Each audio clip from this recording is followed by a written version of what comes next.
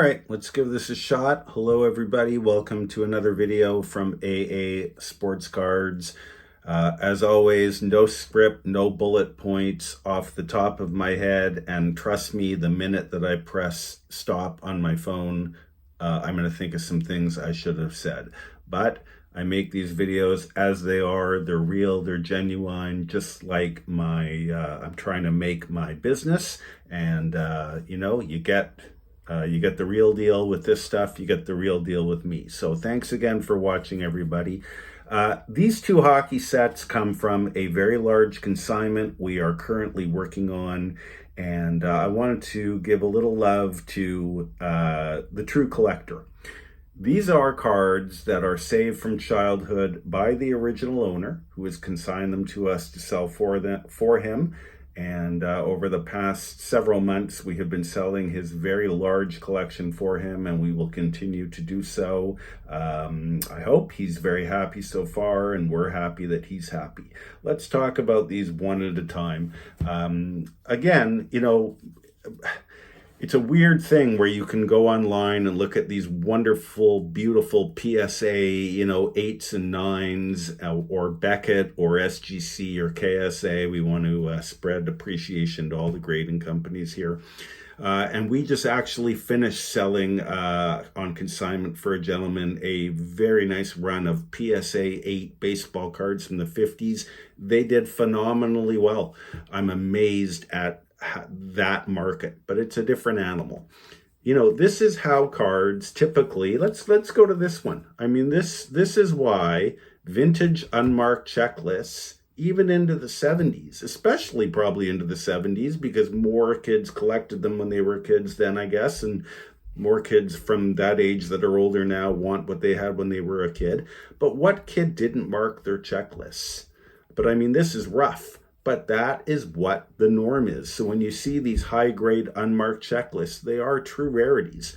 The interesting thing about this set is the number one card. Again, these are not high-grade cards, but the number one card is actually one of the best cards in the set, where typically, because kids used to hold their cards in order, or so they say, with the number one card on top and the number 66 on the bottom, this card would have, gotten the most wear, and this one is actually decent.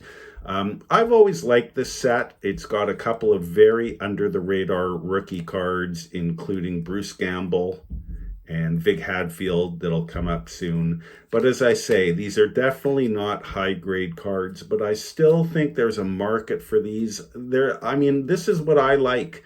Not everybody loves slabbed cards. You can still hold these in your hand.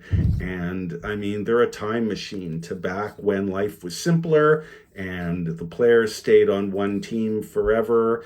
And, if you were so lucky to go to a game, it was often a life-changing event. And the Boston Bruins were terrible forever until they got Bobby Orr.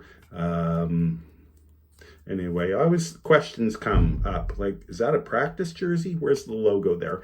Anyway, let's get to the first team cards were in the 1961 top set. But let's get to some better cards. There's Glenn Hall, and there's the Dennis DeJordy rookie card. So the point in making this video is we try to work with the owners of the cards, and it's August, which is typically the slowest month of the year. There's a big heavy crease there.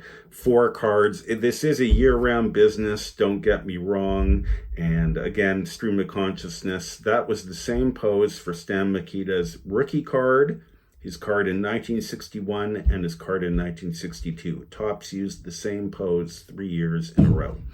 But we normally run auctions. We like to have the market determine the value. The reason we're doing that is when you're selling on consignment, it really doesn't do any good to have an item sitting on a buy it now for months on end. And in my experience, could be different for other people. In my experience, if you put a buy it now on and the price is too low, people will buy it right away. But most of the time it's too high and the stuff sits there. So at auction, the item will sell. And, again, for anybody watching this that's interested in consigning, we may offer this set on a buy it now to appease the owner. He might want to try that, and we might be willing to do that for him. But I also believe very strongly, there's the Jean Martel second year. I also believe very strongly that in an auction, all you need is 2 or 3, hopefully more, guys who all want, the set. And in the last few minutes of the auction, everybody, the adrenaline, the energy pick up, and the bidding, the bidding war ensues, and the highest bidder wins. And as the owner of the cards, and we're selling them for the owner, we're trying to get that owner the best price. And one other thing I always think about, sorry when I'm rambling, but when I think about these cards, and I'm going to go to the Bobby Hull or the Makita just because everybody loves the stars. Okay, so I'm filibustering. But this is what I always think. Wouldn't it have been so cool if Bobby Hull was in the 1962 Parkhurst set, or vice versa, if Jean Beliveau had been in the 1962 top set?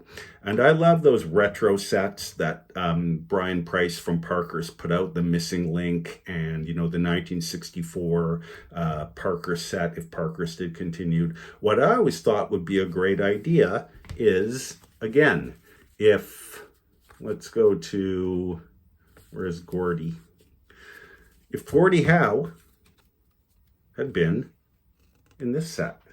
So I would have made a set where you would have taken all the players that were in the top set and not in the Parkhurst and put them on the Parkhurst design from that year, and vice versa. So Gordie Howe would have had a card, in this design, and Bob Perot would have had a card in this design. I just thought that would have been very cool. Anyway, this is the other set in the among many that we'll be putting on eBay very, very soon. It's the 1962 Parkhurst set. I've always found this is the easiest of the Parkhurst sets to find. Don't know why that is. Again, that could be different for different people. 54 card set loaded with stars. And a nice thing about this set is it's got the checklist. And people that were, I was not born in 1962, but maybe people that did collect in that year and remember can verify. But I was always led to believe this was in every pack of 1962 cards. Sorry, not this. The contest card might have been in every pack of cards. The checklist, I don't believe was. It's harder to find. It could be a single print. Again, a very hard card to find unmarked. And this one is cleaner on back than on front. And I'm making this video not wearing any glasses. I've worn glasses since I was 4 years old. I don't need to wear them anymore, so they say, but I really still do. So it's kind of hard to see these things. Rest assured, if I'm selling cards for you, I'm wearing these, and now my vision is great. Anyway, so again, the 1962 Parkhurst set will be the other one we'll be listing very shortly. Loaded with stars, a nice attractive set. I believe they also used that Jacques Plante card for several years in a row. Parkhurst got very lazy when it came to their photo selections, and that's a shame because they had Montreal and they had Toronto and they had Detroit a lot of the times, and think about what they could have done. That's a beautiful card, but just what they could. The possibilities with hockey cards were so much maybe better than the end result. But again, when cards look like this, as they were, again, the owner of this is a one owner collection. So, this is how this guy, this is what kids did with their cards. This is how they handled them. Thank God his mother didn't throw them away, or they didn't just get lost somewhere or sold in 1977 for $25. The complete set is here. The other set is here. And last thing I wanted to say is, In today's landscape, very few sellers want to offer complete sets or collectors. Most of the time, they want to break them up and sell them one by one by one. That there's a market for that, don't get me wrong, but complete sets are seldom offered complete these days. And when these do go on eBay under our selling moniker on there, which is it's like when I'm singing at a concert and I don't sing and I let the crowd sing. Vahoota, Vahoota. This is a great chance for true collectors to pick up complete vintage sets. It's also a great chance for resellers to add still very saleable breakup material to their inventories. Not everybody wants slab stuff, and I know from experience at card shows I sell a lot of off-grade stuff, and it does really, really well if you price it properly. Thanks everybody for watching. Stay tuned for many, many more videos, and enjoy your summer, and look for these two sets on eBay very shortly. They may be at auction, they may be at buy it now. We'll work with our consignor, and we're willing to try something different to make everybody happy, and we want to work with you, the consignor, if you decide to consign with us. Thanks for watching, everybody. Take care, and we'll see you soon.